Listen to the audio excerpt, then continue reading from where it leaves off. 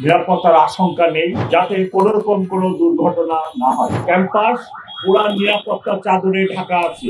আপনারা সবাই অবগত আছেন যে আগামীকাল ডাকসু নির্বাচন।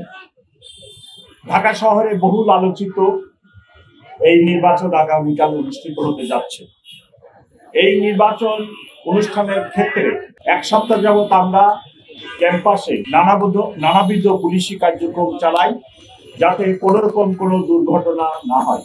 একটি ছোট্ট দুর্ঘটনা একটি হলে 2টি ছেলের মধ্যে হয়, যাহা ব্যতীত শিডিউল ঘোষণার পরে কোনো বড় ধরনের ঘটনা হয়নি। ইনশাল্লাহ আশা করছি আগামীকাল নিরাপত্তা ব্যবস্থা যথেষ্ট জোরদার থাকবে এবং কোনো ঘটনা হবে না। যে নিরাপত্তা ব্যবস্থা চলমান আছে তার সাথে আমরা ইউনিভার্সিটি ক্যাম্পাসে প্রবেশের 8টি চেকপোস্ট চালু আছে।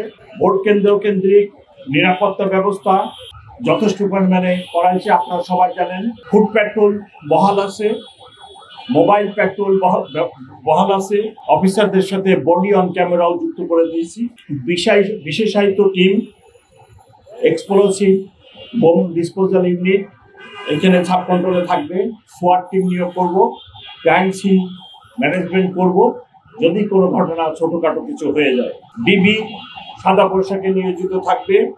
আরসিওয়ে গেট স্থাপন করা হবে, সিসি ক্যামেরা মনিটরিং সেল করা হবে, স্ট্রাইকিং রিজার্ভ থাকবে এবং অন্যান্য নিরাপত্তা সংস্থা থেকে লোকজন নিয়োজিত থাকবে। শুধু ঢাকা মেট্রোপলিটন পুলিশ থেকে ইউনিফর্মধারী, এর বাইরে র্যাব, বিজিবি আগামীকাল স্ব বাহিনী নিয়োগ করবে। আমরা আশা করতেছি যে কোনোরূপ নিরাপত্তার আশঙ্কা নেই এবং গত 7 দিন বা 10 দিন যাবৎ যে নিরাপত্তা ব্যবস্থা ছিল ভালো ছিল, আগামীকালও ভালো থাকবে এবং আগামীকালের পরে 10 তারিখেও কোনো সমস্যা হবে না। আমাদের নিরাপত্তা ব্যবস্থা 10 তারিখ সন্ধ্যা 6টা পর্যন্ত বহাল থাকবে।